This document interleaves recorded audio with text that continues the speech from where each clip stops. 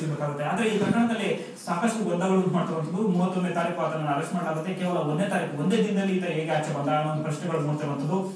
ಇದಕ್ಕೆ ಸಂಬಂಧಪಟ್ಟಂತೆ ಬೆಂಗಳೂರು ಪೊಲೀಸರಿಂದ ಯಾವುದೇ ರೀತಿಯಾದಂತಹ ಪ್ರತಿಕ್ರಿಯೆ ಇನ್ನೂ ಸಹಿತ ಸಿಕ್ಕಿಲ್ಲ. ಯಾಕಂತಂದ್ರೆ ಅವರು ಈ ಕೇಸ್ ನಲ್ಲಿ ಯಾವ ಸೆಕ್ಷನ್ ಅಡಿ ಆತನ ವಿರುದ್ಧ ಹಿಂದೆ ಕೇಸ್ ದಾಖಲಿಸಿದ್ರು, ಇಲ್ಲ ಈಗ ಮಾಧ್ಯಮಗಳಲ್ಲಿ ವಿಷಯ ಪ್ರಸ್ತಾಪ ಆದಂತಹ ಬಳಿಕ ಇವಾಗ ಏನಾದ್ರು ಅದನ್ನ ಏನು ಪೋಕ್ಸೋ ಆಗಿ ಕನ್ವರ್ಟ್ ಮಾಡುವಂತಹ ಕೆಲಸ ಕೂಡ ಮಾಡ್ತಿದಾರ ಅನ್ನೋ ಒಂದು ಅನುಮಾನಗಳಿಗೆ ಗಡೆ ಮಾಡ್ಕೊಡ್ತಿರುವಂತದ್ದು. ಇನ್ನ ಈ ಘಟನೆಯ ಹಿನ್ನೆಲೆ ಹೇಳೋದಾದ್ರೆ ಈತ ಪ್ರತಿ ಬಾರಿ ಸಹಿತ 9ನೇ ತರಗತಿಯಿಂದ ಹಿಡಿದು ಫಸ್ಟ್ PUC ತನಕ ಇರುವಂತಹ ವಿದ್ಯಾರ್ಥಿಗಳನ್ನ ಏಕಾಂತದಲ್ಲಿ ಇರುವಂತಹ ಬೇರೆ ರೂಮ್ಗೆ ಕರ್ಕೊಂಡು ಹೋಗಿ ಸುಮಾರು 1 ಗಂಟೆಗಳ ಕಾಲ ಆತ ಆ ರೂಮ್ ನಲ್ಲಿ ಇರುವಂತಹ ಕೆಲಸವನ್ನು ಕೂಡ ಮಾಡ್ತಿದ್ದ ಅನ್ನೋ ಆರೋಪ ಕೇಳಿ ಬರ್ತಿರುವಂತದ್ದು. ಅದಲ್ಲದೆ ಸಹಿತ ಇದಕ್ಕೆ ಸಂಬಂಧಪಟ್ಟಂತೆ ವಿದ್ಯಾರ್ಥಿನಿಯರು ಮಾತಾಡುವಂತಹ ವೇಳೆಯಲ್ಲಿ ಅವರ ಅಸಹಾಯಕತೆಯನ್ನು ಬಳಸಿಕೊಂಡು ವಿನಾಕಾರಣ ಆರೋಪ ಮಾಡ್ತಿದ್ದಾರೆ ಅಂತ ಅವ್ರ ವಿರುದ್ಧ ಕ್ರಮ ಕೈಗೊಳ್ತೀವಿ, ಮತ್ತೆ ಅವ್ರನ್ನ 1-2 ದಿನ ಸಸ್ಪೆಂಡ್ ಮಾಡುವಂತಹ ಕೆಲಸ ಕೂಡ ಮಾಡಿದ್ರು ಅನ್ನೋ ಆರೋಪ ಕೇಳಿ ಬರ್ತಿರುವಂತದ್ದು.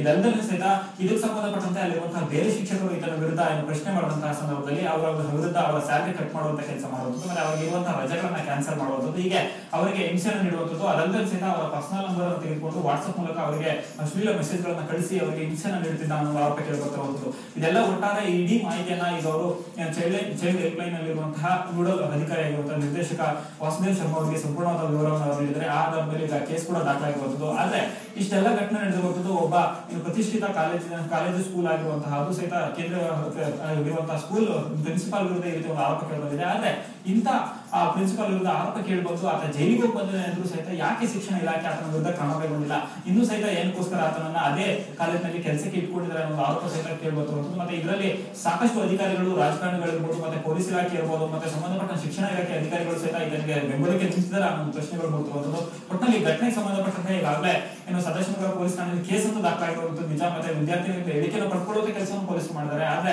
ಒಂದೇ ದಿನದಲ್ಲಿ ಈತ ಹೇಗೆ ಹೊರಗೆ ಬಂದ ಅನ್ನೋದು ಸಾಕಷ್ಟು ದೊಡ್ಡ ಪ್ರಶ್ನೆಯಾಗಿ ಉಳ್ಕೊಂಡಿರುವಂತದ್ದು. ಸ್ಮಿತಾ, ಧನ್ಯವಾದ ಅಶ್ವಥ್ ಸರ್ ಮಾಹಿತಿಗಾಗಿ.